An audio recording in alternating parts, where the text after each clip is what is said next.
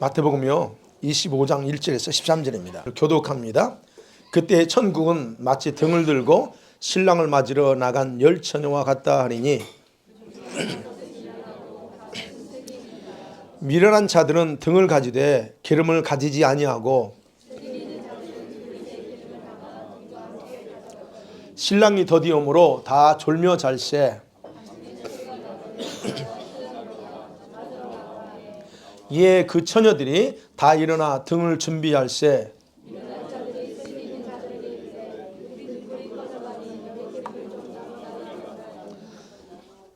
슬기 있는 자들이 대답하여 이르되 우리와 너희가 쓰기에 다 부족할까 하노니 차라리 파는 자들에게 가서 너희 쓸 것을 사라 하니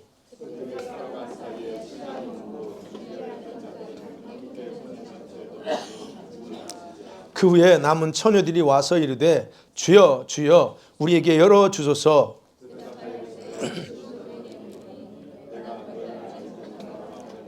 같이 읽습니다. 그런즉 깨어있으라 너희는 그날과 그때를 알지 못하느니라. 아멘. 자, 오늘은 그 저주와 관련된 3주 했고 계속 이어서 우리 주님의 재림에 대해서 더 나눕니다. 오늘은 주님의 재림의 정확한 목적이 뭘까 하는 거예요. 왜 예수님이 재림할 건가요? 그리고 대환란에 대해서 잠깐 나눠보려고 합니다.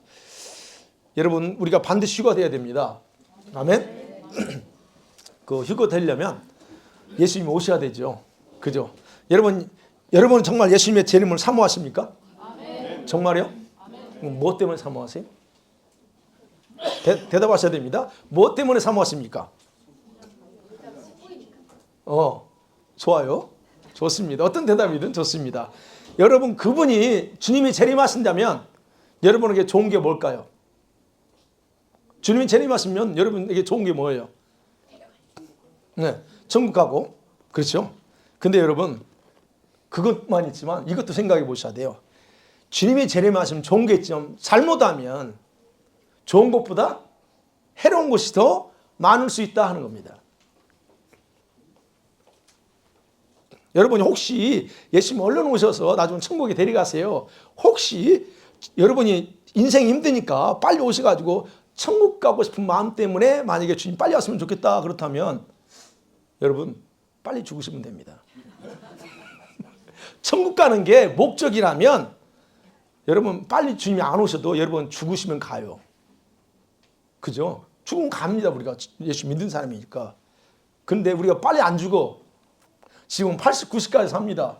그럼 우리가 어차피 인생을 그렇게 산다면 빨리 안 죽어요. 그러면 우리가 죽기 전에, 우리 청년이 죽기 전에, 우리 40대, 50대 되신 분들이 죽기 전에 예수님이 오신다면, 만일에 예수님이 오신다면 우리는요, 좀 생각해 봐야 됩니다.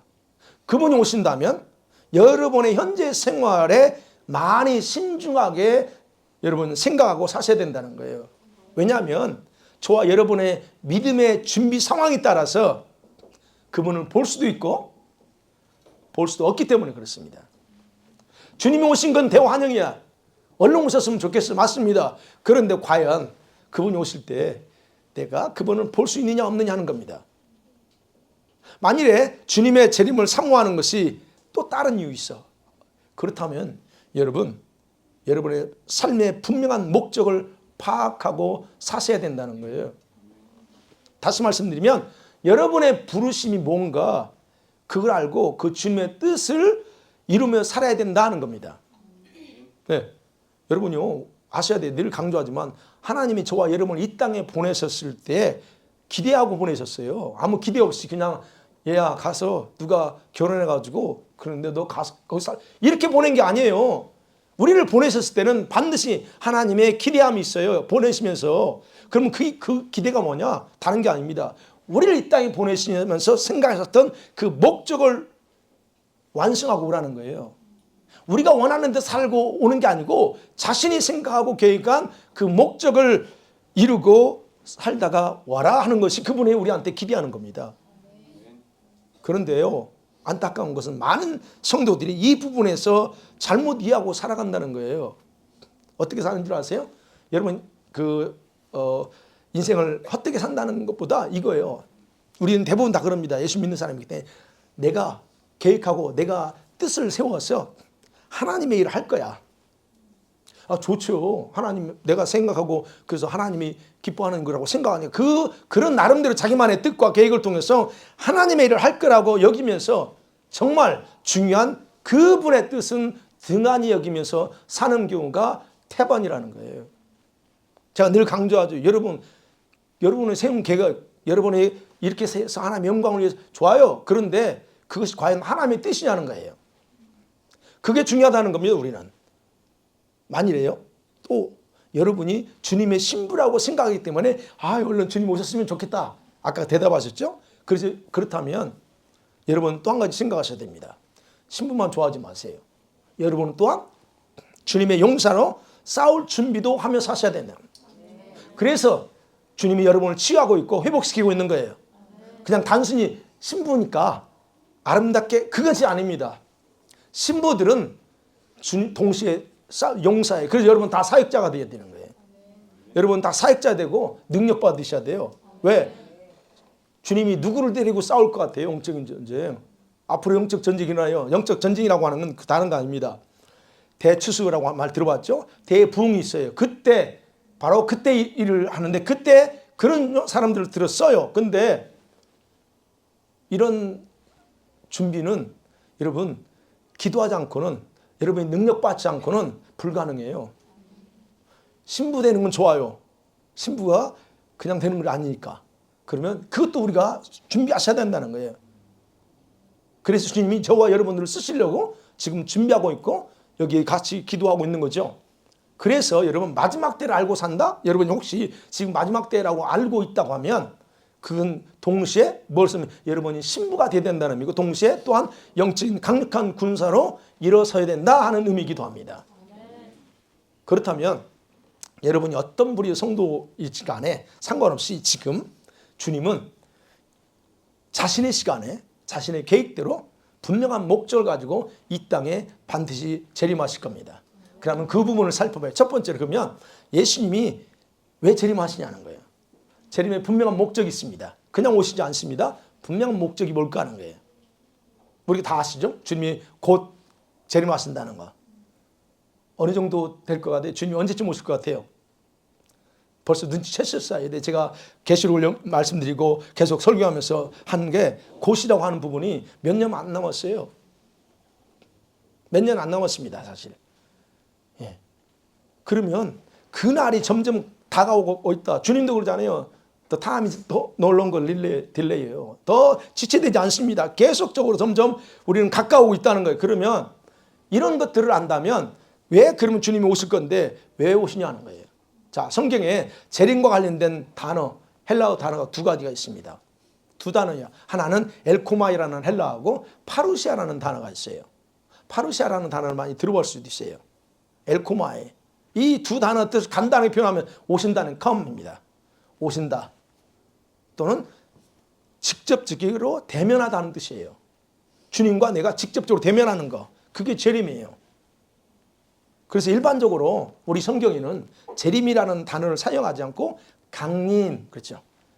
강림한다라는 단어를 많이 써요. 그러나 둘 다 뜻은 뭐예요? The second coming입니다. 재림. 그래서 그걸 표현해요. 그러면 여러분 재림이라고 하는 단어는 예수님의 초림을 전제로 생각하고 표현하는 말이에요. 여러분 예수님이 초림하셨죠? 성령 승하신 것이 초림입니다. 뭐 하라 이거? 인간을 구원하기 위해서 사람의 몸을 입고 태어난 때 그때가 첫 번째 오심이에요. 그러면 두 번째로 이미 그래서 우리는 그 첫 번째 주님의 초림을 통해 우리 구원받았어요. 그래서 이렇게 구원받은 하나님의 사람들의 구원이 완성이 안 됐습니다. 그렇죠? 아직 완성이 안 됐어요. 그래서 두 번째로 이 받은 구원을 완성하기 위해서 다시 오시는 사건이 바로 재림입니다. 네. 그래서 재림은 여러분과 저에게 주신 구원을 완성시키러 오시는 거예요. 여러분 구원이 아직 완성이 안 됐습니다. 맞죠? 구원은 받았지만 아직 완성이 안 됐어요. 그래서 언제든지 완성이 안 됐기 때문에 여러분이 잘못하면 탈락이 가능하다는 거예요. 그게 완성이 안 됐기 때문에. 자, 그것에 대해서 히브리서 9장 28절에 이렇게 기록하고 있습니다. 시작. 이와 같이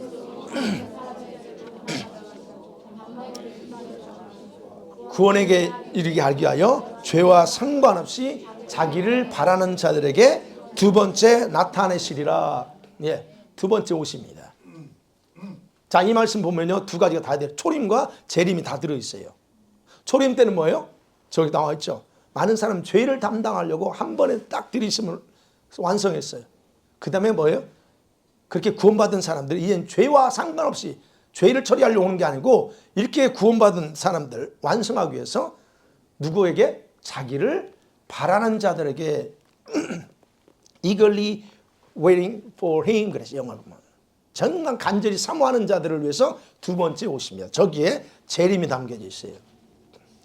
결국 뭐냐면 아무나를 위해서 오지 않는다는 거예요. 저 말씀이. 누구를 위해서? 간절히 주님을 간절히 기다리는 자를 구원하기 위해서 오신다 하는 게 저 표현입니다. 여기서 중요하게 생각하셔야 돼요. 그럼 예수님의 재림은 한 번일까 두 번일까요?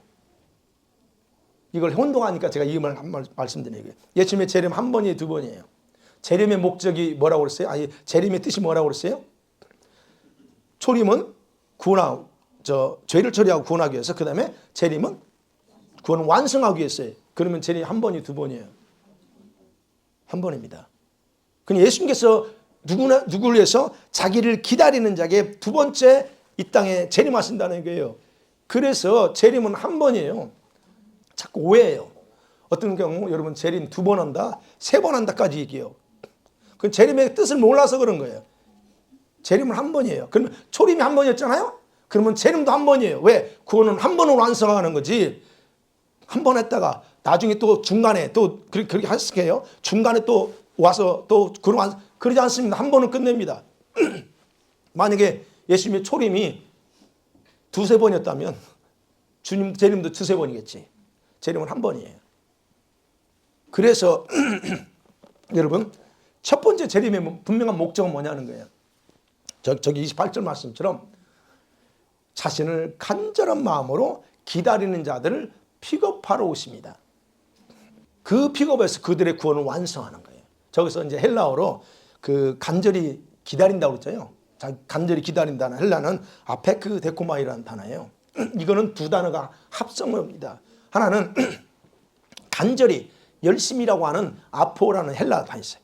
아포라는 접두사가 딱 있고 그 다음에 데코마이라고 하는 기다린다는 뜻이에요.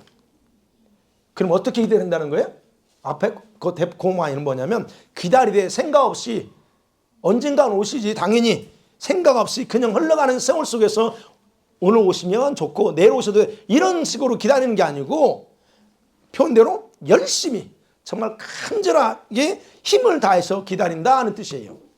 이제 그렇게 기다리는 사람들을 위해서 두 번째 나타내리라 그랬어요. 그들에게 그럽니다. 자 보세요. 여기서 우리가 주님의 재림의 목적을 분명하게 알 수 있는 거예요. 모든 성도들을 위해서 오실까요? 아니면 간절히 기다리는 자들을 위해서 오실까 하는 겁니다. 자, 두 가지를 다 생각해 볼 거예요. 그러면 오케이 어떤 사람은 그럽니다. 모든 성도들을 위해서 오시지. 그럼 과연 그럴까 한번 정리해 보자고요. 자, 여러분께 질문해 봅니다. 여러분 여기 지금 우리 계신 분들한테 여러분들 중에서 아니 교회 다니는 사람들 모두가 주님을 간절히 기다린다고 봐야 될까요? 여러분 어떠세요? 여러분 스스로 대답해 보세요. 난 정말 주님을 간절히 기다리는가? 그러세요? 안 그러세요? 그렇게 하면 다들 아멘해. 아멘 그러죠.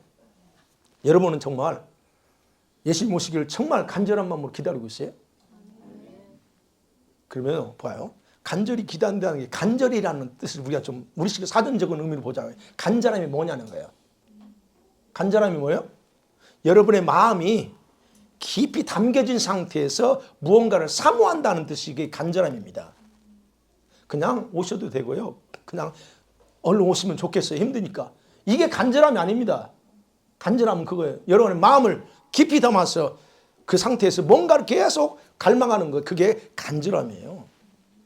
그렇다면 여러분은 이런 간절함으로 지금 주님을 기다리냐는 거예요. 예수님 믿지만 교회는 오지만 예배는 하지만 그 간절함이 없잖아요. 몇몇 사람 빼고. 죄송합니다. 다 근데 제가 마치 아닌 것처럼. 여러분 제가 왜 이 말씀드리냐면 과연 모든 성도들을 위해서 오시냐는 거예요. 그들이 그렇게 간절하게 기다리냐는 거예요. 우리는 다 간절히 기다린다고 생각해. 그러면 여러분 주변에 아는 사람들, 교회 다닌다고 하는 사람들 한번 생각해 보세요. 그들이 정말 주님을 간절히 기다리는 것. 만일에 그 간절함이 없다면 주님의 재림은 여러분을 위한 게 아닙니다. 그 재림은 여러분에게는 오히려 불행합니다. 그리고 모든 성도들이 과연 이러한 간절함으로 기다리며 산다고 인정해야 될까? 저는 아니라고 봅니다. 여러분 만일에 이런 간절함의 성도들만 우리가 다 모였어. 그냥 모두가 다 얼른 오셨으면 좋겠어. 그런 간절함만 가지고 있는 성도들이 다 존재한다? 그럼 우리 교회는 엄청난 붕하고 엄청난 벽 하나가 일어났을 거예요. 여러분 가정은 어떨까요? 그럼 아내와 남편과 자녀들이 오직 주님만 막 기다려. 그렇다면 여러분 안에는 다툼, 분열 이거보다는 오히려 더 항상 이해하고 더 평화, 사랑이 넘쳐나지 않을까요? 근데 어떠세요, 여러분? 그래서 얘기하는 거예요. 모든 성도를 위해서 그렇다고? 아니요. 주님은 성도라고 부르는 모든 자들을 위해서 오시는 게 아니라는 겁니다. 자, 그래서 모든 성도 아니에요? 그러면 보세요. 오늘 본문에 25장 우리 너무 잘 아는 말씀이잖아요. 열천이 비어 이건 설교를 한두 번 들어본 게 아닙니다. 열천이 비어 이게 뭐예요? 여기요. 열천이가 나옵니다. 열천이는 모두 신랑이신 주님이 다시 오신다는 사실을 믿고 기다리는 성도들을 상징해요. 모든 크리스찬들은 적어도 이 지식적으로는 예수님이 다시 오신대 라고는 다 알고 있습니다. 그런데 그 성도들 중에 이 성도를 두 부류로 나눕니다. 두 부류예요. 어떤 부류예요? 기다리는데 어떤 어리석은 성도하고 지혜로운 성도라고 분명히 나와요. 예수님이 말씀하고 있어요. 어떤 자가 어리석고 어떤 자가 미련하냐 하는 거예요. 두 줄로 나옵니다. 근데 또 이해할 수 없는 거예요. 지금 이해할 수 없는 부분이 있어요. 그 중에 예수님이 신랑이신 예수님이 5명만 거기서 신부로 데려가고 5명이 결혼식의 주인공이 된다는 거예요. 아니 10명 다 기다렸잖아요.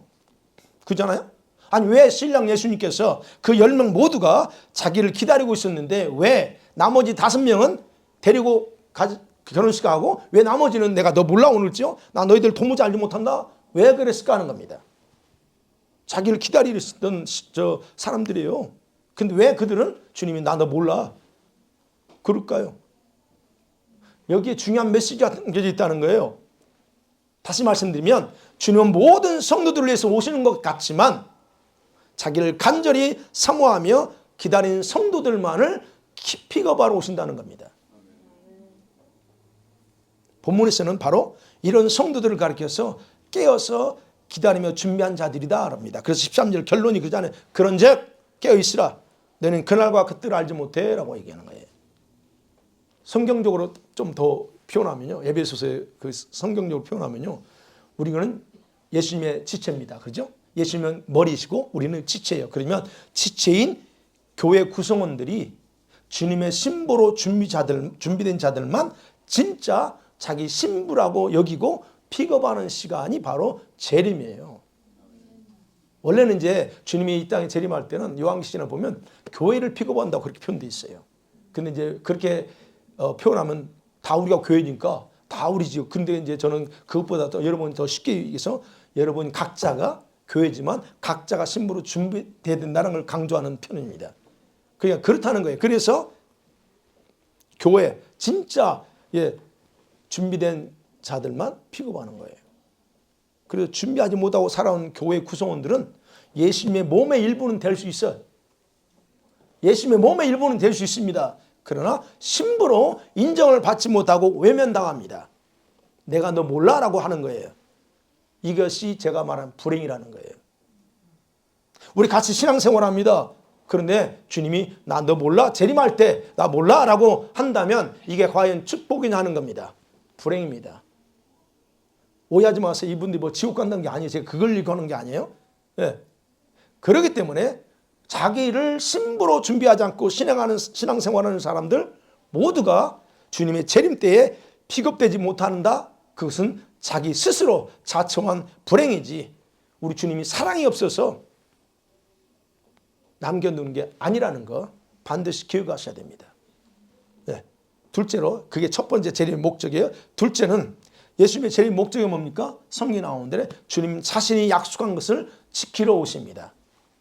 주님이 약속하셨어요. 내가 갔다 다시 올게 그랬죠? 그것에 대해서 요한복음 14장 1절에서 이렇게 기도하 3절까지 기도하죠. 시작. 너희는 마음에 근심하지 말라.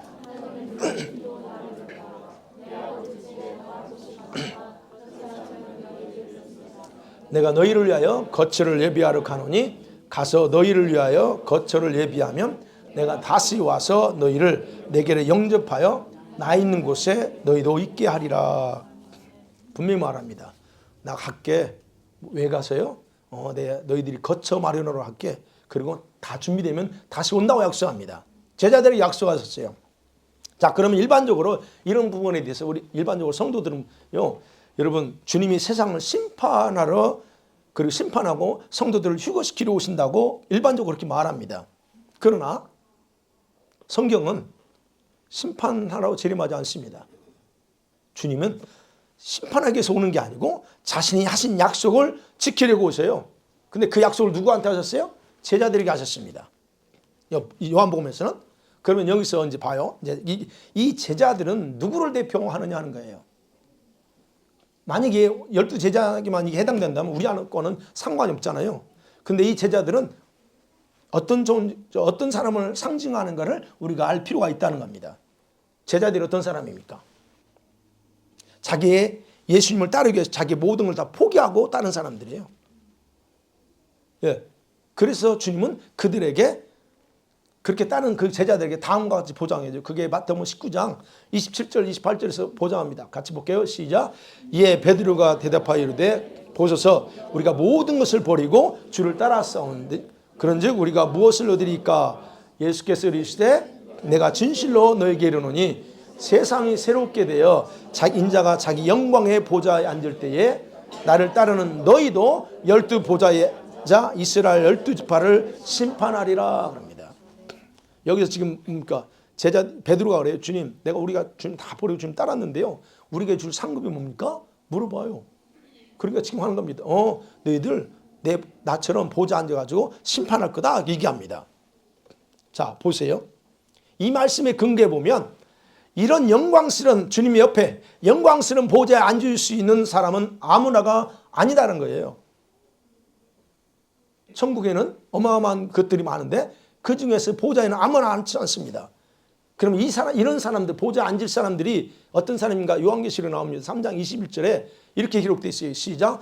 이기는 자에게는 내가 내 보좌와 함께 앉게 하여 주기를 내가 이기고 아버지 보좌에 함께 앉은 것과 같이 하리라.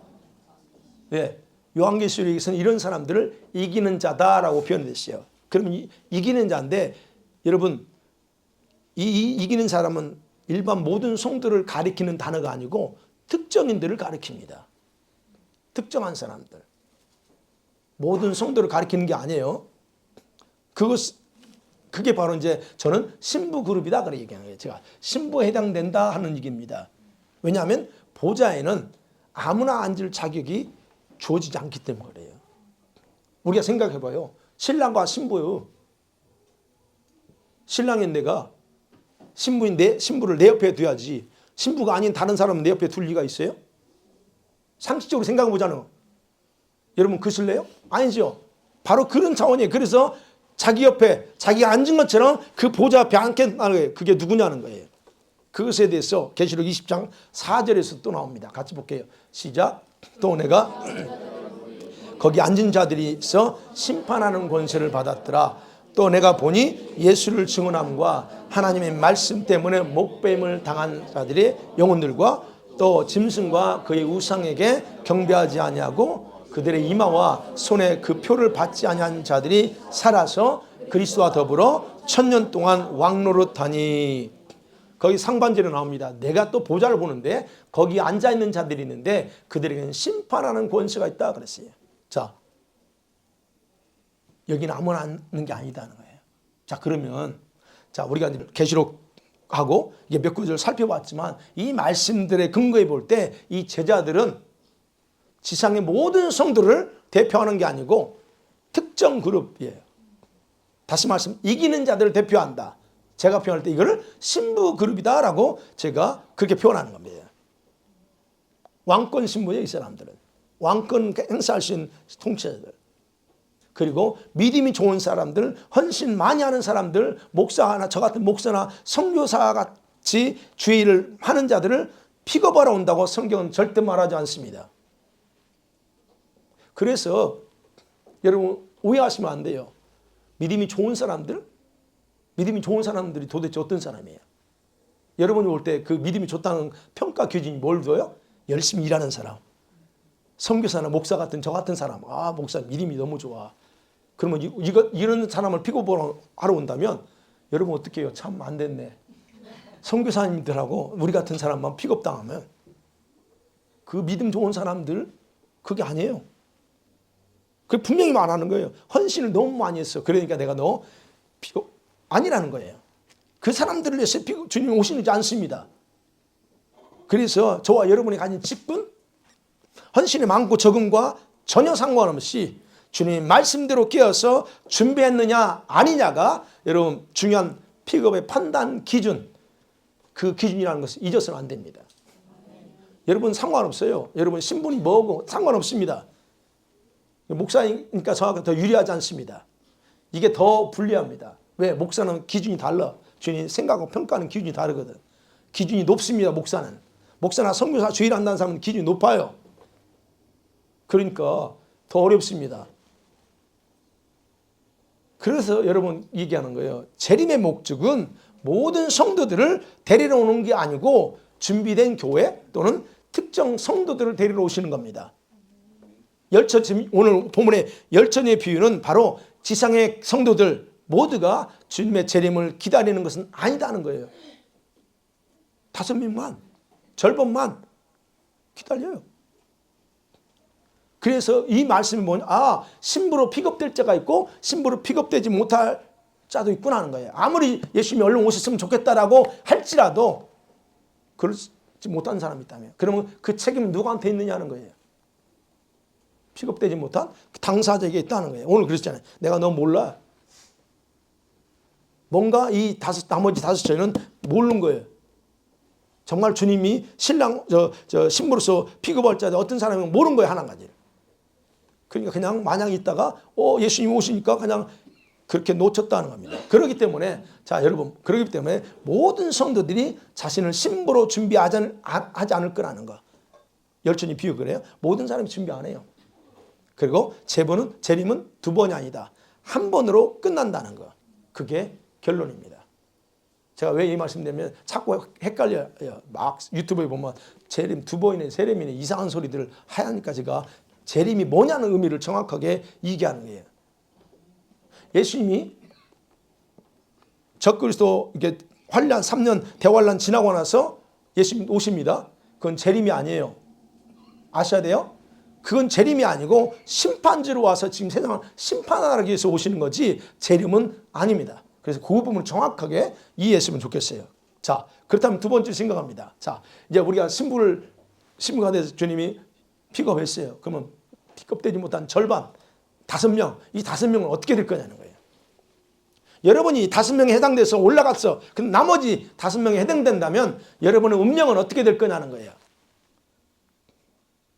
여기서 여러분 억울하지 않아요?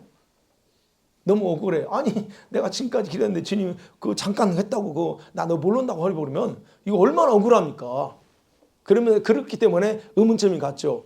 아니 왜 다른 모든 성도들도 다 주님의 지체이잖아요. 우리가 다 지체잖아요. 주님의 지체이고 하나님의 아들 딸인데 왜 5명만 데려가고 5명은 안 데려가냐는 거예요. 왜 남겨두냐는 거예요. 다 데려가지. 왜 그럴까 하는 겁니다. 왜 그럴 것 같아요? 이런 걸 우리 주님이 벌써 아세요. 우리가 이 머리가 어떻게 돌아가서 하나님 앞에 항의하고 그럴까 봐 이미 다 아세요. 그래서 뭐라고 그럽니까? 이것에 대해 예수님께서 깨어있으라. 깨어있어 정신 차려 라고 이미 경고를 계속적으로 하셨습니다. 이미 아시고. 그래서 깨어있지 않는 것은 누구 책임이야? 깨어있지 않는 건 너 책임이다 하는 거예요. 아니 깨어있는 건 내가 깨어있어야지 주님이 깨어있게 하는 거 아니잖아요. 내가 깨어있는 건 책임 나요. 그러니까 그들을 데려가고 싶어도 그 말은 데려갈 수 없는 상태로 자신을 방치했다는 의미입니다. 이걸 좀 제가 좀 쉽게 설명해 볼게요. 우리 상식적으로 생각해 보자고요. 결혼식 남녀가 서로 사랑하는 남녀가 하잖아요. 그러면 결혼식은 신랑과 신부가 서로 사랑의 연합을 공개적으로 선언하는 것이 결혼식이잖아요. 이 사람과 내가 사랑해서 하나가 되렵니다. 선언하는 겁니다. 아니 생각하면 사랑하지 않는데 어떻게 결혼식이 성립돼요? 그거 맞죠? 그건 이해되시죠? 그렇다면 결혼하기 서로 서약이 있어. 나와 결혼하. 그리고 약속했으면 두 사람 신랑과 신부는 서로의 정절을 지켜야 됩니다. 그 맞죠? 그리고 자신의 마음을 누구한테만 줘야 돼요? 상대방한테만 줘야 돼요. 그렇다면 이거 봐요. 상대방은 안 주네.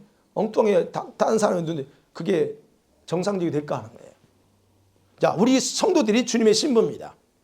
우리가 주님의 지체 다 지체 하나님의 신부로 또 지체예요. 다. 그러면 신랑이신 주님께 대한 그 사랑이 약해 없네. 아니 서로 사랑해서 결혼하려면서 왜 사랑이 없어? 뿐만 아니라 신랑을 기다리는 마음도 갖고 있지 않고 자신을 준비하지 않아 단장해야 되는데 결혼식 하면 다 치장해야 될 거 아니에요. 단장도 안 해. 그렇게 살고 있어. 그렇다면 신랑의 입장에서 생각하고 있어. 신랑의 입장에서 그런 여자를 내 신부로 맞이하고 싶을까 하는 겁니다. 단장도 안 해. 그냥 꾀죄죄하게 쉽게 말하면 그렇게 하고 있으면 어느 누가 그를 할 거냐 이거야. 적어도 결혼식은 한 번 있는 거예요. 그럼 어쨌든 다시 씻기고 뭐 해서 다 예쁘게 만들 거 아니에요. 그게 결혼식이 상식적으로. 그렇다면 보세요. 주님이 이렇게 살고 있는 그런 5명의 성도들을 자기 신부로 픽업할까 하는 겁니다. 여러분 같으면 할 것 같아요? 여러분 결혼에서 가장 중요한 게 뭡니까? 서로 사랑하는 거예요. 서로에 대한 사랑. 그리고 일편단심이에요. 오직 당신만. 오직 주님만. 이게 결혼 조건에 중요한 거잖아요. 약혼자에 대해만 사랑하고 약혼자만 그리워야 되잖아요. 그렇다면 바로 이 5명 준비하지 않고 버림받은 결혼식에서 제외된 5명 도대체 어떤 건가 대충 이해가 되셔야 되죠. 거기에 대해서 여러분 잠언서 8장 17절에 이렇게 기록하고 있어요. 같이 볼게요. 시작. 나를 사랑하는 자들이 나의 사랑을 입으며 나를 간절히 찾는 자들이 나를 만날 것이라. 분명히 그렇죠. 정말 주님은요 자기를 사랑하는 자들을 사랑해요. 그렇지 않는데 너는 내 아들이니까 내가 그러지 않습니다. 여러분. 물론 부자 관계에서는 맞아요. 그러나 이런 그 관계가 부자 관계만 성경이 말하고 있지 않아요. 그렇다면 그거 얘기하는 거예요. 여러분 어떠세요? 여러분이 정말 신부라면 신랑을 정말 사랑하십니까? 그 한번 그거를 양심에 손을 대고 생각해 보세요. 내가 신부야. 근데 그 주님을 주님 얼마만큼 여러분 생각하고 사랑하느냐는 거예요. 요한복음 14장 23절 24절에서 예수님이 이런 말씀합니다. 시작. 예수께서 대답하여 이르시되 사람이 나를 사랑하면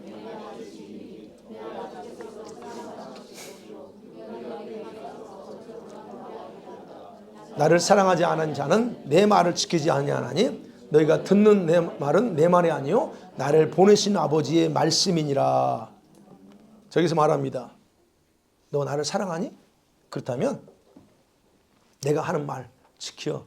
그게 나를 사랑하는 증거야. 그러면 보세요. 저희 말씀의 근거 보면 예수님이 지금 뭔가 말씀하십니다. 재림과 관련돼서 말씀해 볼게요. 그때 당시 물론 내 말 듣긴다는 요한복음 그때 당시 말씀이에요. 그러면 재림과 관련해서 주님이 뭐라고 말씀하셨는가를 생각해 보자는 거예요. 주님 뭐라고 말씀하셨어요? 깨어있으라. 준비하라. 그게 예수님 말씀이요. 근데 그 말씀이 이건 내가 말한 게 아니고 아버지가 나한테 하신 말씀이야 라고 했어요. 그러면 보세요. 여러분이 예수님을 정말 사랑한다면 신부인 여러분이 신랑을 사랑한다면 어떻게 해야 된다는 거예요? 그 말씀대로 준비하고 깨 있어야 된다는 거예요. 그게 원리야 지금. 그래서 주님을 사랑하는 자들이 주님과 아버지의 사랑을 받게 된다. 이게 잠언서나 요한복음서의 원리입니다. 그러면 보세요. 이게 이제 답이 나왔을 거예요. 왜 주님께서 자신을 신부로 준비하지 않는 자들을 5명을 내버려 둘 수밖에 없었는가? 이해가 되셨어요? 왜 내버려 둘 수밖에 없는가? 그들도 그 자신의 지체임에도 불구하고. 그러니까 여러분 아셔야 될 거는 주님을 사랑하면서도 말씀대로 행하지 않고 살아갈 때 당할 불행은 2가지예요. 여러분 신부로 휴거되지 못한다는 거. 또 하나는 여러분 대환란을 통과해야 된다는 겁니다. 대환란이 어떤 걸까요? 상상이 안 됩니다. 그죠? 다니엘서 7장 21절에 보면 픽업되지 못하고 남아있는 성도들은 적그리스도의 손에 붙여져요. 그래서 거기서 여러분이 하나님의 자녀라는 즉 크리스찬이라고 하는 그 모든 권세와 신분이 다 박살나도록 만들어버린다라고 그렇게 기록되어 있습니다. 다 깨집니다. 여러분. 거기서 나 크리스찬이요? 그거 말도 못하게 돼요. 여러분이 대환란 하도 많이 들었기 때문에 대환란이라는 말은 들어서 이해는 하겠죠. 근데 그때의 생활이 얼마나 참혹하고 비참할 것인가에 대해서는 실감하지 못한다는 거예요. 못하죠? 그냥 힘들어. 살아남기 힘들 거야. 네. 그 정도로만 이해하는 경우가 참 많습니다.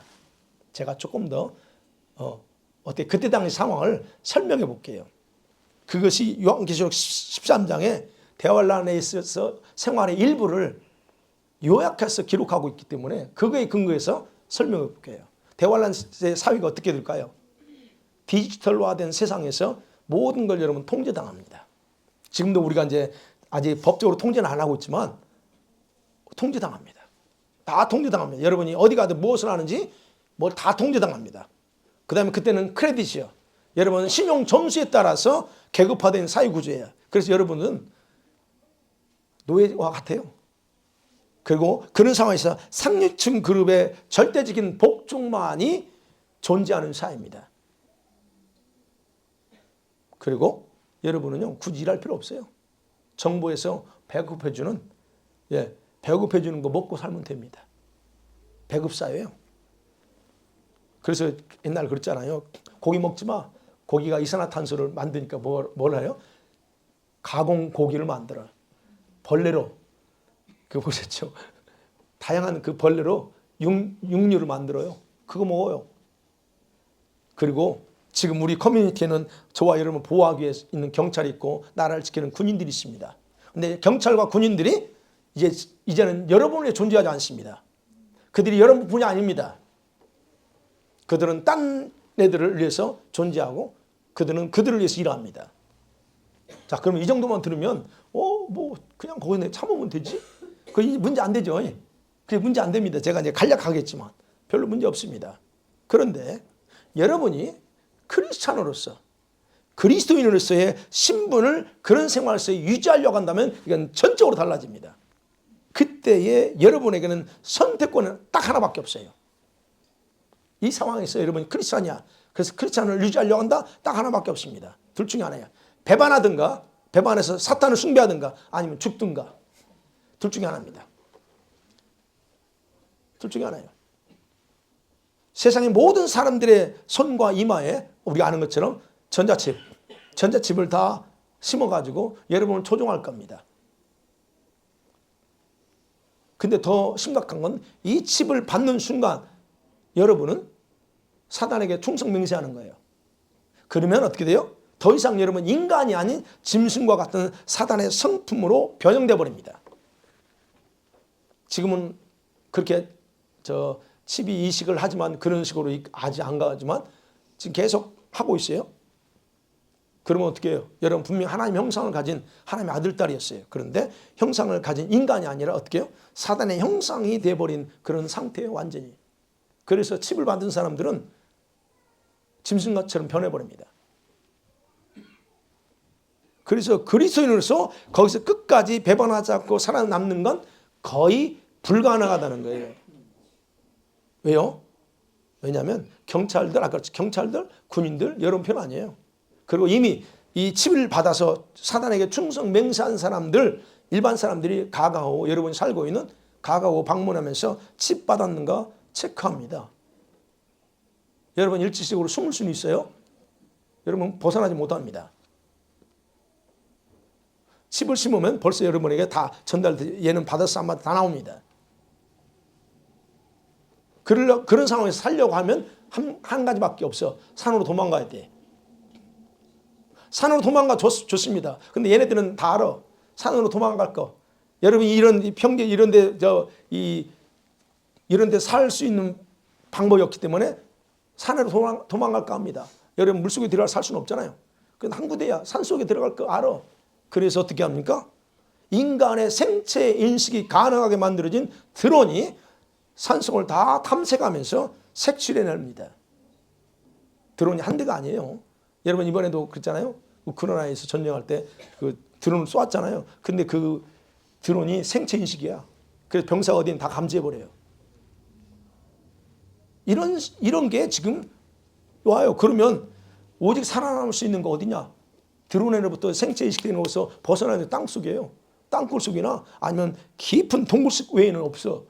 오케이. 좋아서 운이 좋아져. 아니 운이라는 말은 좀 그렇지만 정말 하나님이 축복을 통해서 동굴 속에 들어갔어. 근데 이런 생활을 3년 6개월 해야 됩니다. 짧게 3년. 자 보세요. 그런 사회구조 속에서 살아갈 수 있는 방법은 없다니까요. 그들이 하라는 대로 복종해야 돼요. 자 제가 이렇게 설명했지만 실제로 적그리스도가 그 세력들이 등장하게 되면 여러분은 상상할 수 없는 공포와 두려움만 존재할 거예요.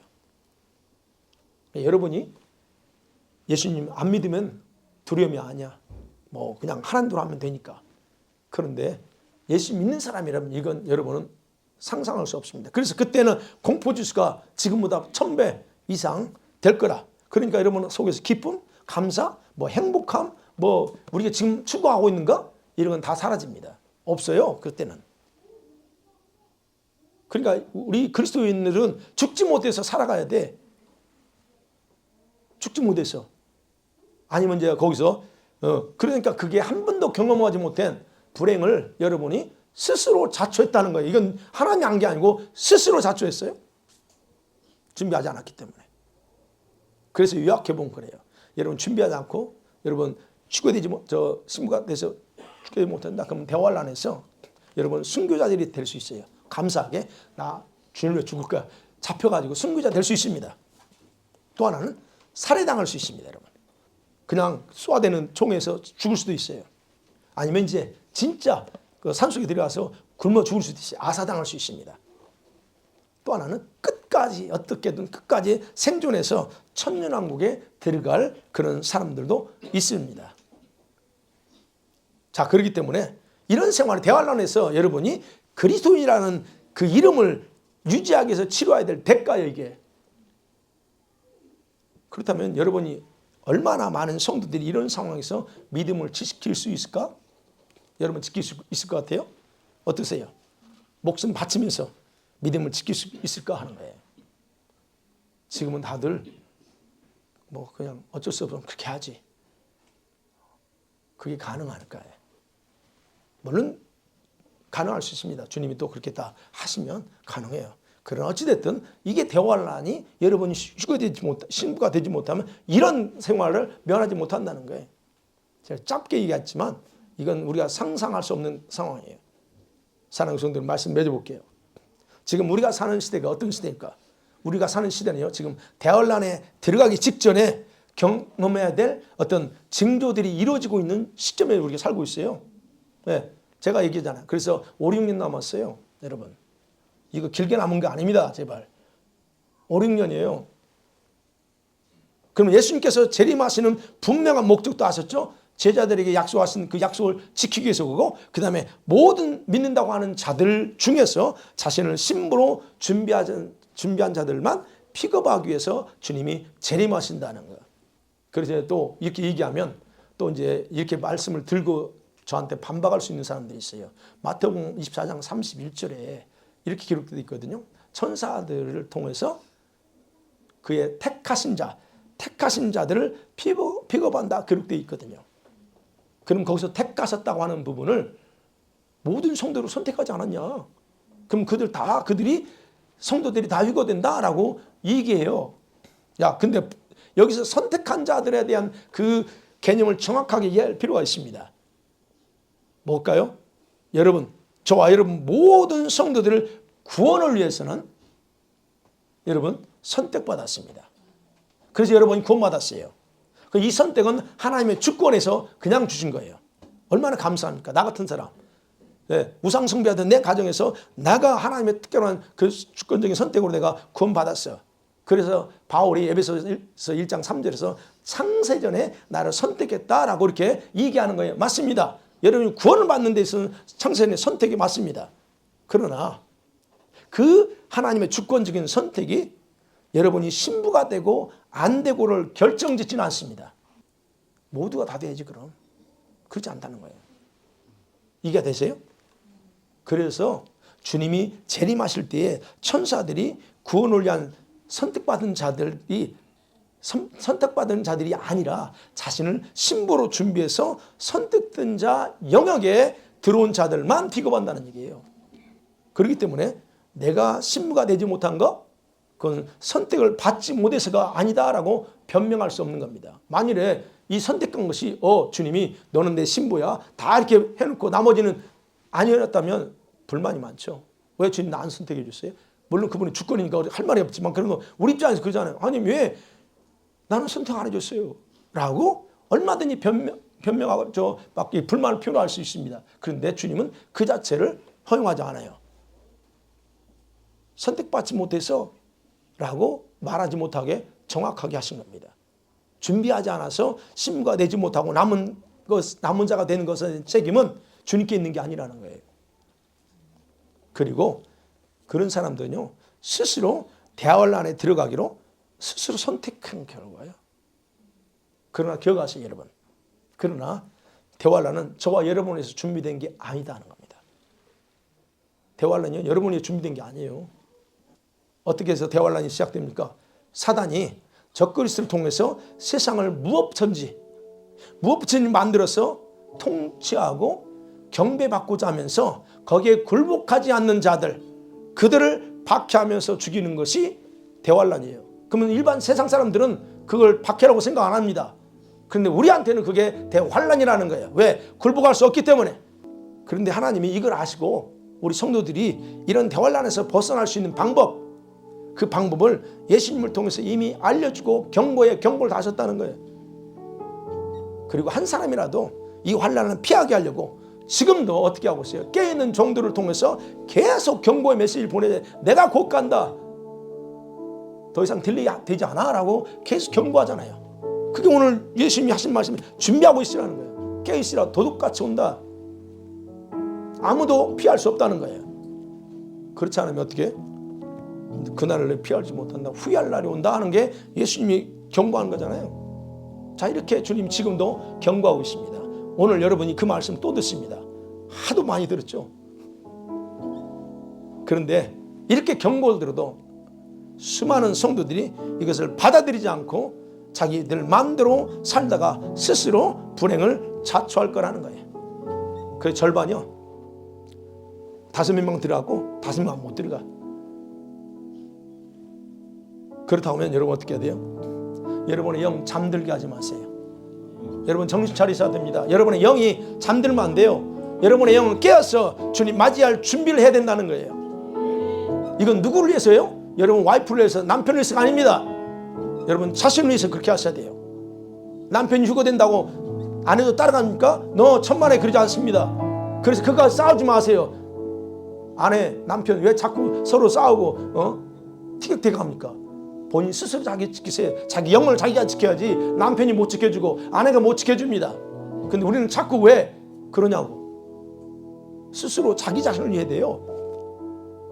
여러분을 대환란에서 구원하기 위해서 지금 주님이 깨어라는 거예요. 오늘 말씀을 듣고서 여러분을 사랑하시는 예수님의 애끓는 호소와 심정이 느꼈으면 좋겠어요. 그리고 여러분 자신의 영혼에 대해서 무관심하고 안일하게 살아가는 여러분에게 다시 영적인 대각성이 일어나서 새로운 믿음의 사람으로 다시 한번 거듭나서 정말로 오늘 이렇게 말씀하신 그 부분에서 여러분이 완전한 삶으로 다시 일어나기를 주의 이름으로 간절히 축원합니다. 아멘.